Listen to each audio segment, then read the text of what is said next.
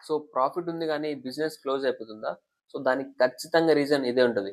So చాలా small బిజినెసెస్‌లో paper మీద profitable ఉంటది. కానీ సాలరీస్ అని, రెంట్స్, వెండర్స్‌కి పే చేయలేకపోతారు. సో బయట ప్రాఫిట్ కనిపిస్తుంది. కానీ లోపల మాత్రం క్యాష్ ఉండదు.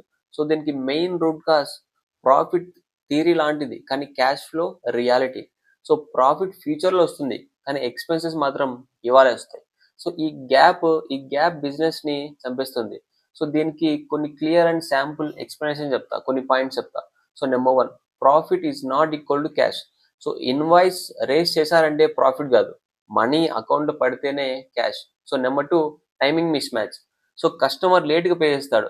కానీ బిల్స్ వెయిట్ చేయవు. ఎందుకంటే late collections is equal to early death.